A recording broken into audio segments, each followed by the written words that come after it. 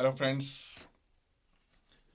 Class 12 economics 2020-21 में क्या syllabus होगा और कैसे मार्किंग स्कीम होगी, इसी को लेके मैं दीपेश तिवारी एक बार फिर आपके सामने इस वीडियो के जरिए आप जानेंगे कि what is coming, what will be the marking scheme of 2021 paper, क्या क्या वेटेज है। पहले क्या था कि इंडियन इकोनॉमिक डेवलपमेंट और स्टैटिस्टिक्स की बुक क्लास 11th में होती थी, अब और 12th में होती थी माइक्रो एंड मैक्रो इकोनॉमिक्स। अब माइक्रो इकोनॉमिक्स को शिफ्ट कर दिया है कुछ सालों से 11th में, and macro economics and Indian economic development is in class 12th। तो कैसी मार्किंग स्कीम रहती है, कैसा पेपर आता है, इस बारे में हम लोग डिस्कस करेंगे इस वीडियो में। लास्ट तक देखिए इसको और बेल आइकन दबाइए, सब्सक्राइब करिए ताकि आपको नए नए वीडियोस, लेटेस्ट वीडियोस मिलते रहें। वैसे तो मार्किंग स्कीम और डिलीटेड सिलेबस सब कुछ सीबीएसई की वेबसाइट पे भी डाउनलोड हो जाता है, लेकिन थोड़ा एक्सपेंडेड रूप में मैं आपको बताऊंगा। तो पहले बात करते हैं पार्ट ए और पार्ट बी। पहले आपको सबको पता होगा, जिनको नहीं पता बता दें, 20 मार्क्स का प्रैक्टिकल इस बार होगा। हर बार होता है इकोनॉमिक्स का पेपर, तो 80 मार्क्स का पेपर रह जाता है। It means part A will be of, that is introductory macroeconomics, will be of 40 marks, और 40 मार्क्स का आपका होगा Indian economic development part B. तो इतना तो समझ लेते हैं पहले कि 10-10 मार्क्स के तो दोनों तरफ आपको क्या मिलेंगे, objectives. 10 marks objectives in macro economics and 10 marks objectives in Indian economic development. तो जो आपका सिलेबस है इकोनॉमिक्स में, काफ़ी स्कोरिंग होता है। अगर अच्छी तरह पढ़ के जाएं तो काफ़ी मार्क्स आ सकते हैं, तो ध्यान से देखेंगे।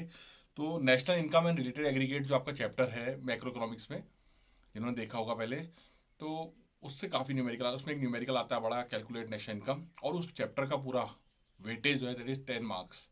इंट्रोडक्शन से लेके national income and related aggregates के चैप्टर तक, तो वेटेज ऑफ 10 मार्क्स। उसमें सर्कुलर फ्लो क्या होता है, स्टॉक क्या है, फ्लो क्या है, और नेशनल इनकम कैसे निकालते हैं, प्रिकॉशंस, ये सब चीज़ें मिला के आपका वेटेज ऑफ 10 मार्क्स। उसके बाद है मनी एंड बैंकिंग, काफ़ी कुछ डिलीट हो गया है, आपने देखा होगा डिलीटेड सिलेबस ऑफ सीबीएसई। इसमें आरबीआई के फंक्शंस क्या है वो आएंगे, कमर्शियल बैंक से फंक्शन क्या है वो आएंगे, कमर्शियल बैंक कैसे क्रेडिट क्रिएट करता है वो आएगा, और इसका वेटेज है 6 मार्क्स। आरबीआई के फंक्शंस क्या हैं, ये इंपॉर्टेंट क्वेश्चन है, क्रेडिट क्रिएशन इंपॉर्टेंट है। तो 6 मार्क्स का वेटेज होगा, कितने हो गए, 10+6 16 मार्क्स हो गए। उसके बाद सबसे इंपॉर्टेंट चैप्टर है determination of income and employment, जिसका वेटेज है 12 मार्क्स। इसमें काफ़ी कुछ है, aggregate demand, aggregate supply, multiplier क्या है, इन्फ्लेशनरी गैप, डिफ्लेशनरी गैप, कैसे इसको कवर करते हैं, problems of deficit demand, excess demand, numericals. इसमें भी एक न्यूमेरिकल है बड़ा 6 मार्क्स का, तो that will be of 12 marks. सबसे बड़ा चैप्टर है इन डिटर्मिनेशन ऑफ इनकम एम्प्लॉयमेंट। किसी भी कंट्री में इनकम को कैसे डिटरमाइन किया जाता है, इस चैप्टर में देखना है। उसके बाद है government, budget and economy and balance of payment. Balance of payment के साथ फॉरेन एक्सचेंज भी जुड़ा हुआ है। और गवर्नमेंट बजट इकोनॉमी का वेटेज है 6 मार्क्स। रेवेन्यू रिसीट क्या है, कैपिटल रिसीप्ट क्या होते हैं, डेफिसिट क्या है, फिजिकल डेफिसिट, रेवेन्यू डेफिसिट, ये सब चीज़ें क्या है, ये आएगा इसमें। इसमें भी न्यूमेरिकल आ सकता है छोटा सा, एक रेवेन्यू डेफिसिट, फिजिकल डेफिसिट का। इसका वेटेज है 6 मार्क्स।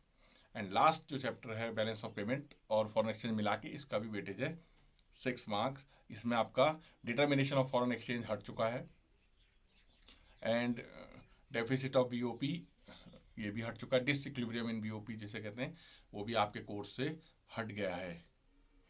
अब बात करते हैं part B, Indian economic development. बहुत ही इंपॉर्टेंट, क्योंकि थ्योरेटिकल बुक है पूरी, काफ़ी डीप स्टडी चाहिए। इसमें भी आपके 10 मार्क्स के ऑब्जेक्टिव्स आएंगे और बाकी क्वेश्चंस आएंगे। इसमें जो पहला Indian eve of Indian independence के टाइम पर इंडिया की क्या स्थिति थी 1947 से 1991 तक, जो चैप्टर्स हैं आपके स्टार्टिंग के, उसमें आपके 12 मार्क्स का है इसका वेटेज। मेरे ख्याल से 1 और 2 चैप्टर शुरू के जो है, that is constituting 12 marks.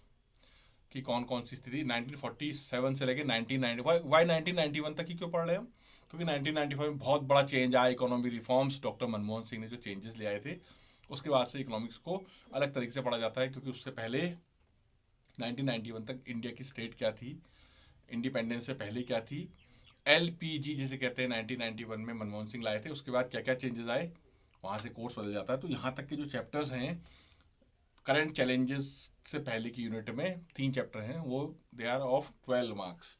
12 marks का आपका स्टार्टिंग के चैप्टर्स हैं।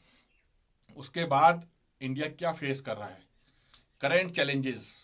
करेंट चैलेंजेस क्या हो सकते हैं, आपके सारे चैप्टर्स आप पढ़ेंगे बुक में। पॉवर्टी है, पॉवर्टी एक चैप्टर है आपका। ह्यूमन कैपिटल फॉर्मेशन है, पॉवर्टी किस टाइप की होती है, एब्सोल्यूट पॉवर्टी, रिलेटिव पॉवर्टी।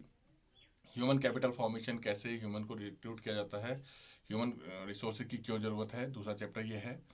उसके बाद आपका एक होगा रूरल डेवलपमेंट, इंफ्रास्ट्रक्चर, और आपका एम्प्लॉयमेंट चैप्टर है। तो ये सब चीज़ें जो हैं, ये सब मिला के मेरे ख्याल से 8 या 9 चैप्टर्स तक हैं ये। They are of 22 marks. कितना बड़ा वेटेज है, poverty, employment, infrastructure, rural development, human capital formation, they are of 22 marks. उसके बाद आपके लास्ट में एक चैप्टर है नेबरिंग कंट्री के साथ कंपैरिजन, इंडिया चाइना पाकिस्तान वाला जो चैप्टर है, उसमें आपका लास्ट चैप्टर है, इंपॉर्टेंट है। उसमें आपकी वेटेज जो होगा 6 मार्क्स का होगा। तो आप जोड़ सकते हैं 12 + 22 + 6, दैट विल बी ऑफ 40। इसमें आपका एनर्जी वाला पार्ट ह्यूमन कैपिटल फॉर्मेशन में पीछे शायद था, एनर्जी वाला चैप्टर जो है, इंफ्रास्ट्रक्चर में एनर्जी है सॉरी, वो आपका डिलीट हो चुका है। ऑर्गेनिक फार्मिंग आपका हट चुका है, उसके लिए अब अलग से वीडियो दे देंगे आपको क्या क्या डिलीट हो चुका है। लेकिन फिलहाल ये समझना है कि इतने चैप्टर्स हैं, तो बीच के जो चैप्टर्स हैं 4 to 9, they are of 22 marks. Current challenges of India China Pakistan, China सबसे ऊपर चलता है आपको पता ही है, तो उसके 6 मार्क्स हैं। और स्टार्टिंग के 3 चैप्टर जो हैं दे आर ऑफ 12 मार्क्स। तो ये आप पहले नोट कर लेंगे क्या क्या आपके चैप्टर्स हैं। तो स्कोरिंग सब्जेक्ट होता है इकोनॉमिक्स, लेकिन क्योंकि अब इंडियन जैसे मैक्रो में देखें, इनकम डिटर्मिनेशन वाला चैप्टर जो है वो 22 मार्क्स का है, 12 मार्क्स का है सॉरी।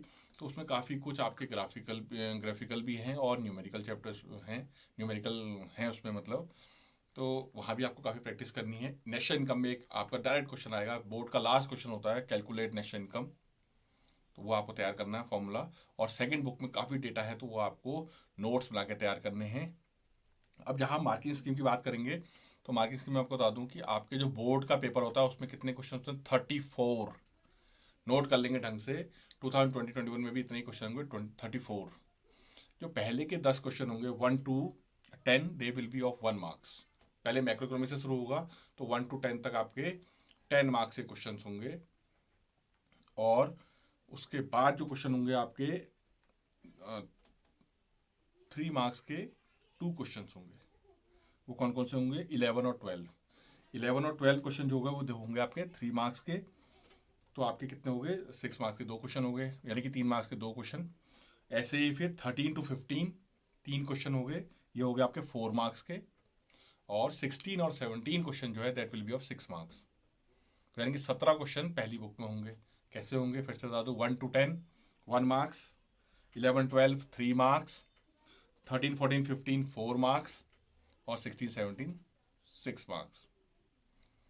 तो 17 क्वेश्चन यहाँ हो गए, 17 वहाँ भी हो गए, यानी कि 18 to 27 तक जो आगे के क्वेश्चन होंगे पार्ट बी में, 18 to 27 तक 1 मार्क्स, 28-29 के 3 मार्क्स, उसके बाद 30 और 31-32 के 4 मार्क्स, और 33-34 के 6 मार्क्स। ये आपकी मार्किंग स्कीम रहेगी।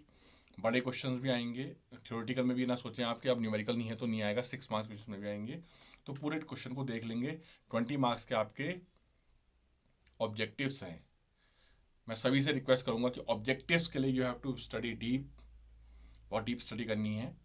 आई और वीडियो दूंगा आपको मल्टीपल चॉइस क्वेश्चंस कैसे पढ़ने हैं, लेकिन पहले हमको फोकस करना है कि हमको पढ़ना किस हिसाब से है, हाउ टू स्टडी। जो आपको न्यूमेरिकल्स तैयार करने हैं, ऑटोनोमस कंजम्पशन वाला चैप्टर, डिटर्मिनेशन इनकम एम्प्लॉयमेंट से एक न्यूमेरिकल, ग्राफ तैयार करने हैं, इन्फ्लेशनरी गैप, डिफ्लेशनरी गैप, और प्रॉब्लम्स को कैसे सॉल्व करते हैं, के का फॉर्मूला क्या होता है, व्हाट इज एमपीसी एमपीएस, ये सबको पढ़ेंगे। एंड होप करता हूँ कि आप लोग सब तैयारी कर रहे होंगे। Best of luck to everyone. पढ़ेंगे जम के, और इस मार्किंग स्कीम के हिसाब से पढ़ेंगे। डिलीटेड सिलेबस को देखेंगे, जो हट चुका है उसको नहीं पढ़ेंगे। Okay guys, good day, work hard, thank you.